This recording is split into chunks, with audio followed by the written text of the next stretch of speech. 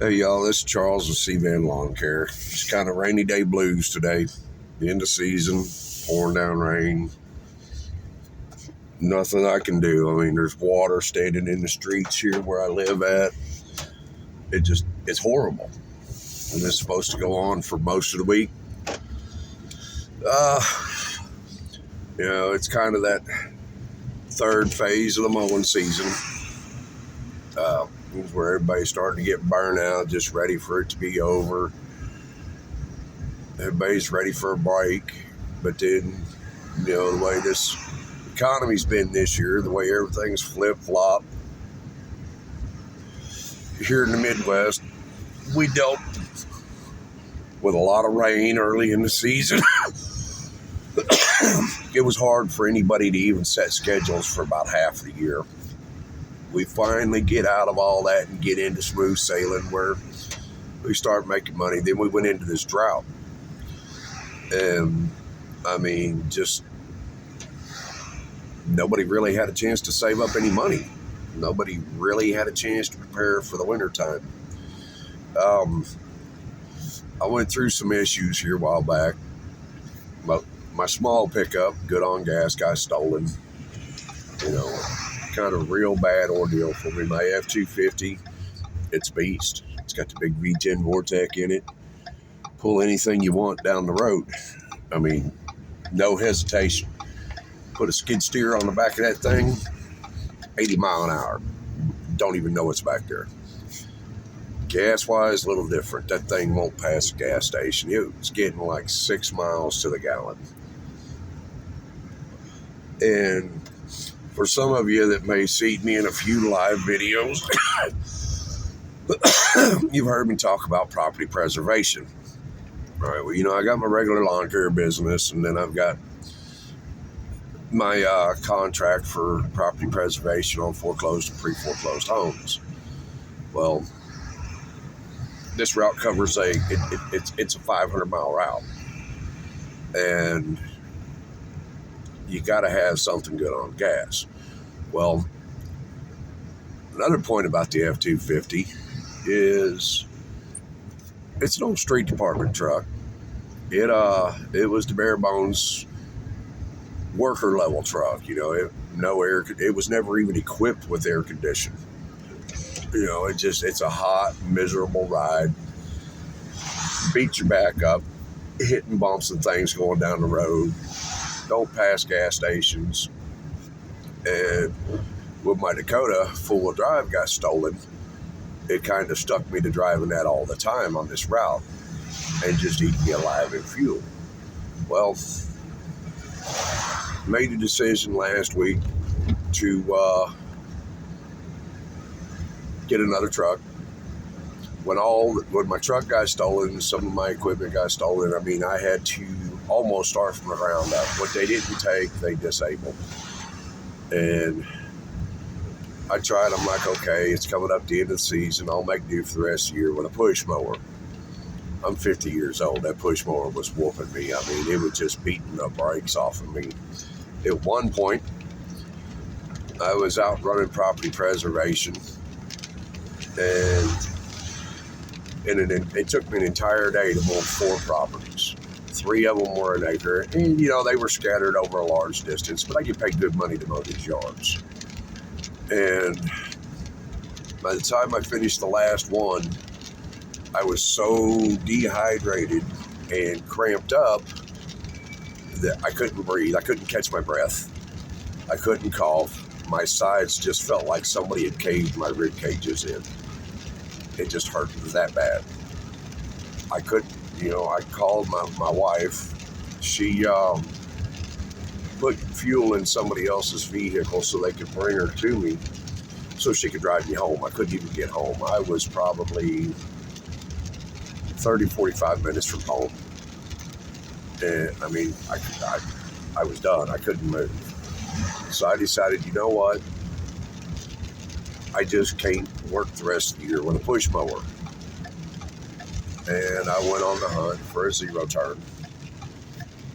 Found a little residential grade Gravely mower with a 50-inch deck. I've got to do some adjustments to it and everything. but I got a pretty good deal on it. It used to belong to a lawn care company. The guy, he had a small one, went out of business, decided he was moving, sold it to a friend of his. I don't know if he went out of business or he shut it down. Well, he sold it to a friend of his right before he had sold it, before he decided to whatever ended his business. He had just had $700 worth of hydro work done on it. So I knew that was all good. The guy that bought it from him bought it to mow his yard. Well, his yard's all a hill. And if anybody knows anything about these little residential grade mowers, they don't do good on hills. You'll flip them, they slip, they slide. You can't mow a straight line if you want to. And I figured, well, pretty much all my stuff's flat. I got a couple of small residential yards for my regular customers that, I got to mow small areas with the push mower because it's hills. But, I figured, it'll make do. And, I rent the house I live in. Well, my landlord, my rent was due this month. And, my rent and my utilities are all in one. They're all in my landlord's name. He pays them, and then I just reimburse him on the utilities. Comes out to about $1,500 a month. Just roughly what I pay. And rent was due, but I couldn't work. Well, I had the money for rent.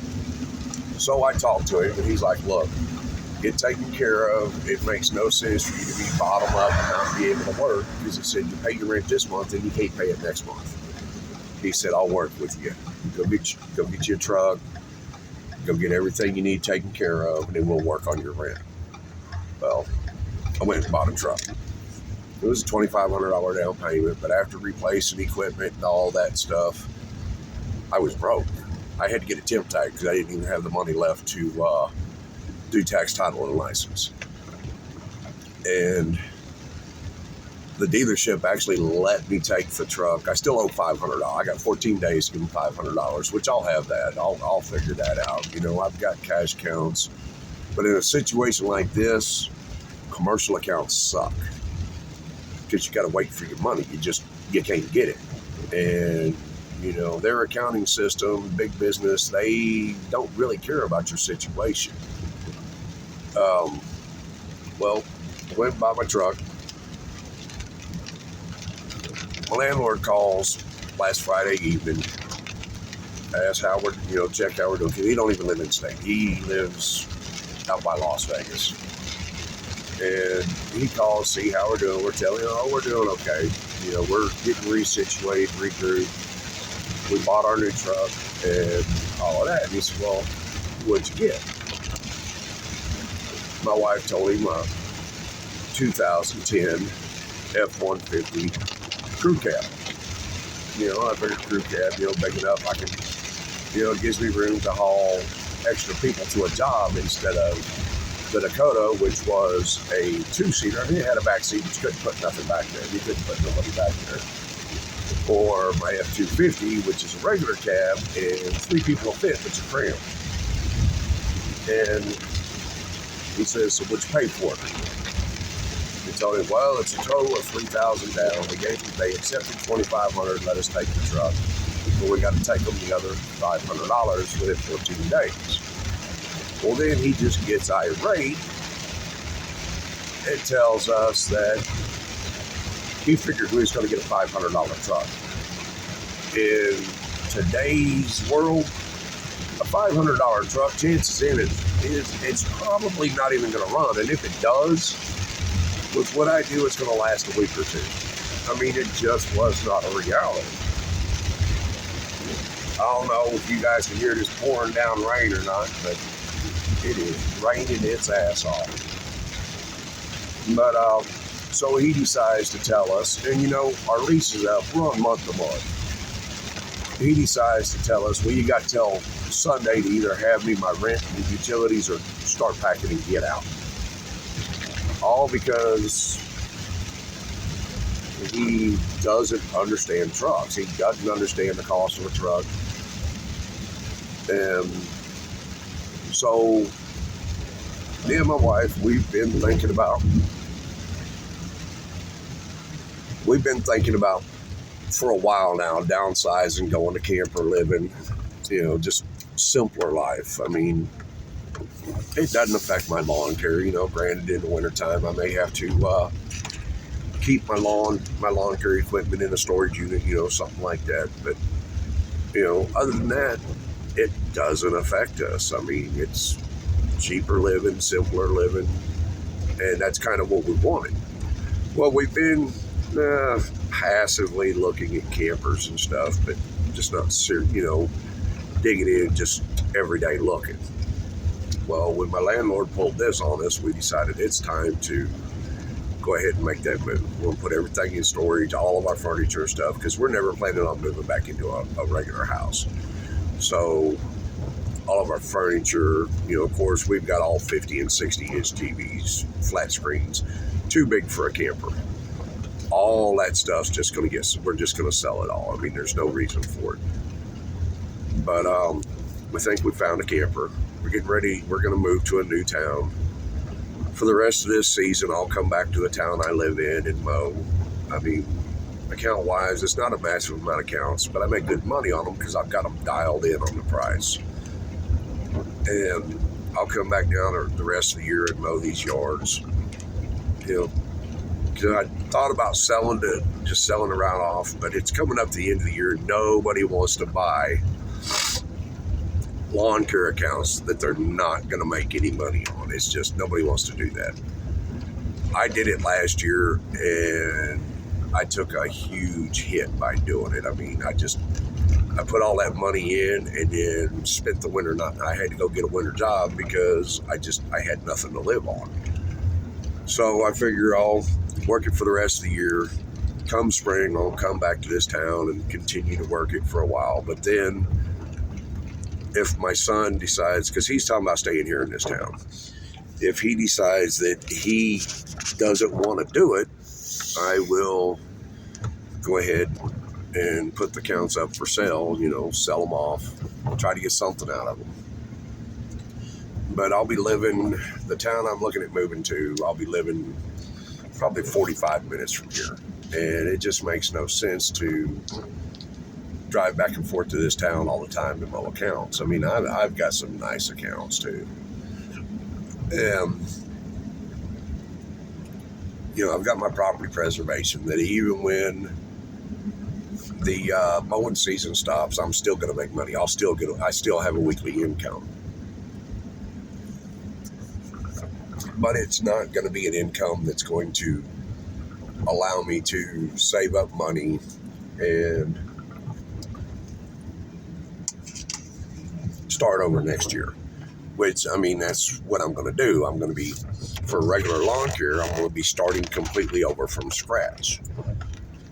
I got a buddy that actually lives in the town that I'm going to. He's a big YouTuber. I'm not going to throw his name out there. I mean, I'm sure all y'all figured it out because I'm on his videos a lot. I mean, he does a lot for me. I'm in most of his live chats. But, I mean, if need be, if I need to start out that way, he gets calls for a lot of bi-weeklies. Nobody, if they're trying to make money and understand this business, really wants bi-weeklies. Grass just gets too tall and too hard to cut in this area. But if I have to, I will tell him start sending me all the bi-weeklies he gets that he don't want and start out that way. And then as I grow and build my weeklies back up, then I can discuss with the customers, look, you're going to have to go weekly or I'm going to have to drop you. So, I mean, it gives me a foothold in the door. And I'm going to tell you guys, don't boycott other lawn care companies. I mean, you got to pick and choose who you mess with because some of them, they're for whatever reason, they're not good companies to associate with. Some of them are underhanded.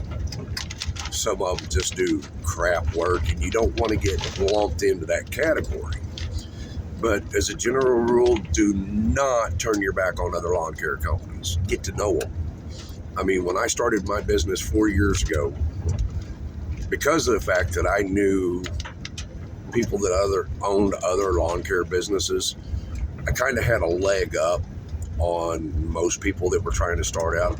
I mean, I had, one of the guys that I know here locally, he's got a massive commercial lawn care and high-end residential lawn care business.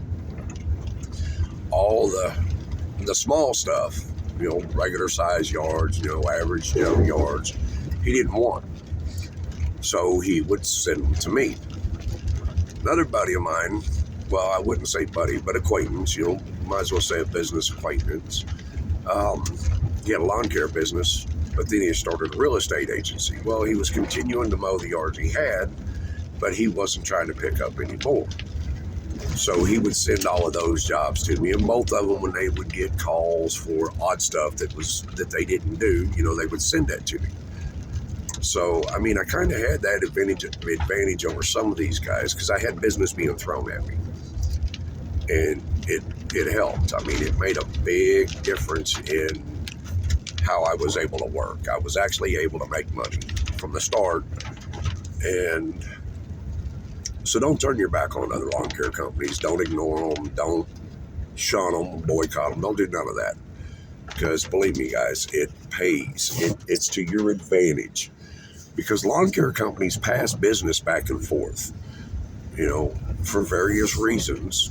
If they don't want an account or can't take an account, if it's work that they don't do, if they know you, know your quality of work, know your reputation, and they know you do whatever this job is, that's either a job they don't do or a job they don't want, they will call you and see if you want it. So, yeah, don't turn them down. The buddy of mine that's on YouTube, I got to know him. I actually got to know him on YouTube. Come to find out, he didn't live real far from me. And last year, when everything was going bad for me, this guy reached out and gave me a job. I mean, I worked with him a couple of days a week, made good money doing it, and still left me time to do my own stuff. Now, granted, I had no time off. I mean, it'll burn you out quick. But, that's an advantage of knowing other people in lawn care. He'd get jobs, little cleanup jobs or, things like that, stuff that he didn't want to do. Well, guess who he called? He called me, which, I mean, there's benefit to it. Well, we went out last night. We found a camper. It's an older camper, but it's in really good shape. It's just got to, for the most part, be cleaned. I mean, it's not like rotted, fallen in. Floors are not rotted, and it's a start. I figure, where we're moving at, my wife's getting ready to, she actually starts a new job tomorrow night. She'll be working night shift. And, I mean, camper living, it's easy money. In a couple of years, I plan on calling it quits on everything, saving up what I can before then. And then me and her just traveling. When we figure this camper we're going to get, we will slowly work on it, fix it up, save our money, and then find the camper that we want and put this one up for sale. Once we've improved it, we'll actually get more out of it than what we got in it. But, I mean, that's our plan. I've been planning on bringing a lot more videos. I've got videos, but the problem is the editing programs I was using wouldn't up. They would edit the videos, and then they just wouldn't. I couldn't get them uploaded. I fought with this all summer. Finally, here a week or so ago, I paid for and downloaded a new program, which apparently it's kind of popular, and apparently I can even use it on my phone to edit these videos I do on my phone. So I'm going to give it a try to get some videos up. I mean, I've got a lot of review videos done to do. I'm going to bring a lot of review videos on Hart Tools. I have got a massive amount of Hart Tools, and I mean, except for the tire inflators, they've all just impressed me. I won't even use a gas-powered chainsaw anymore. I mean, I'm sure if I get something massive to cut, I'm going to have to. But I've went to nothing but I've got a 20 volt, I've got a 20 volt, 8-inch lemon saw, pruning saw. And then it's just a die-hard beast. That's what sold me and made me get the rest of them. Then I've got a 40 volt with a 14-inch bar, and then I've got a 40 volt with a 16-inch bar, and they're just a monster. I've got the 40 volt weed eater. I've got the 40 volt backpack blower. I've got impact driver, drill, impact. I mean, I've just got all kinds of stuff. I mean, some of it is used so much. It's just the white. They're not white again. They're not white. They'll never be white again. I mean, that's the one thing I don't like about Hart is the color. Because real-time situation, when you get that stuff covered in grease and grime, it never comes clean again. So then your tools, they just don't look the best. But that's the colors they chose. My big dislike of the battery operated saws is, I mean, the batteries last for a while. You know, the saws are powerful. I mean, they just blow my mind just how powerful they are. But the batteries get hot. You got to let them cool down for a few minutes every now and then. The batteries get overly hot. They'll just flat shut it down and all of that. And you know when a battery's hot because the 2N lights on the battery will flash at you when you push to check your power. But, I mean, I've got a lot of reviews coming that way. I'm going to try to repair all my damaged equipment that was torn up. And I may do videos on that, you know, the repairing them, rebuilding them, getting them going again.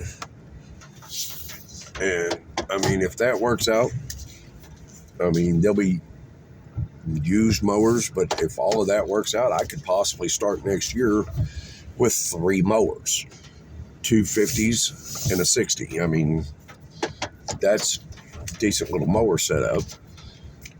But if that ends up working out, I'm going to have to get a bigger trailer so I can haul at least 2 mowers on it. That way I can haul my big mower, and then I can haul, you know, my big 60-inch, and then I can haul at least one of my smaller 50-inch mowers. You know, those are goals for going into next year. What we're moving at, it's going to be 15 or so miles from Harrisonville, Missouri, which is a bigger town. I mean, it's not massive, but it's a decent sized town. So what I'm thinking about doing is, as the lawn care season winds down, you know, like I said, I've still got, you know, I still get paid to show up on these foreclosed properties every week, regardless of whether I'm mowing or not. I'm still there. And then there is snow removal on these properties. So, you know, it makes it kind of hard to just go out and get a regular winter job, a seasonal job. Because, I mean, the reality of the situation is not too many employers are going to be okay with you every time the snow is calling in and say, hey, I'm not going to be at work because I got to go do snow removal. You know, the weeklies on these properties, no big deal. I could do them all on the weekend. I mean, it'd make for a long day, but I can run the entire route in a day, get it all done in a day. I mean, it's not a lot of mowing and stuff. You know, it's like if I see, you know, tree branches fall on the ground, you know, sticks and stuff, I pick them up, trash, clean it up, kind of check the property, make sure everything's safe and secure, and I still get paid. But, I mean, I pay the bills. It's decent. But it won't allow me to put that money back for any new equipment I may need next year. It doesn't allow me to save any money over the winter. So with this newer truck, you know, it gets really good gas mileage. So I've talked with the wife, and I'm thinking about trying my hand at DoorDash. You know, I mean, most people do DoorDash in small import cars, compact cars, things like that. And I'm kind of figuring, wintertime, I know I don't like to get out and go out to eat or get food, all of that. So, I mean, I've got a four-wheel drive. And I can go places that compact cars can't. I mean, I'm not saying that I'm going to go climb snow drifts and mountains, but, I've got a little bit more delivering capabilities than a lot of people. So I'm thinking that's probably what I'm going to do this winter. There's other options. I've been looking at, other options, other little apps, and I guess they call them gig apps. I've been looking at other stuff. And sorry, guys, I'm out just driving. I'm kind of, like I said, it's that whole end of the season burnout. And then rainy day blues, the whole bit. So, but, there's some other ones. I've been kind of looking and watching YouTube videos on one called Lug. I guess you register the size of the truck you got and you do deliveries, pick up from like stores and deliver to homes, things like that. Nah, not too bad. I just don't know if I need to get a dolly. I'm sure I'll need to get moving blankets to protect, like if somebody buys a table or something like that from an antique store to keep stuff protected. But I mean, I've been looking at it because it's flexible. That's what I'm looking for. It's flexible. I mean, all these apps, I have to make schedules. But from what I'm seeing, and I actually talked to a DoorDasher last night, and he showed me on his phone, he's averaging roughly about $25 an hour.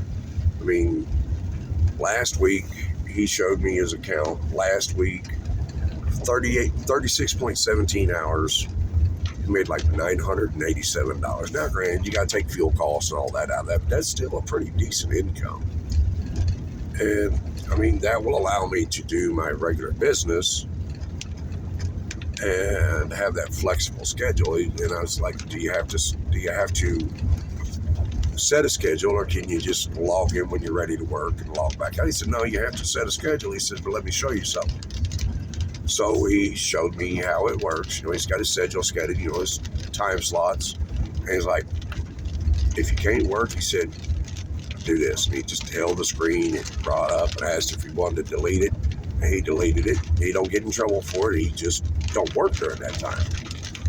So, I mean, I think that's something that I'm going to give a try. If I can average out about $15, $20 an hour doing that for the winter, plus my regular work, that'll make a decent income for me. So that's what I think I'm going to do.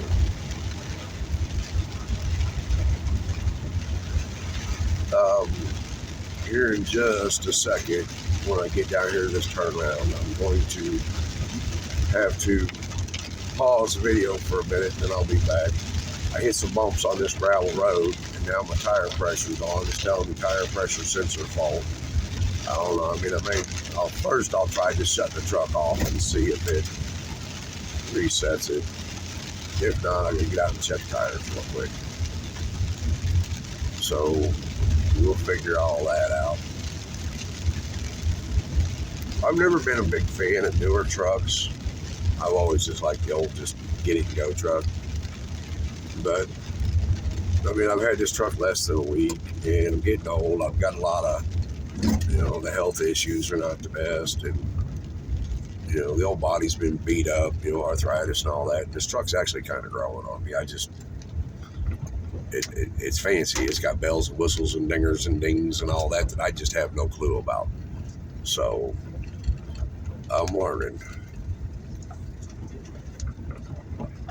Alright guys, I'm going to pause this and I will be right back.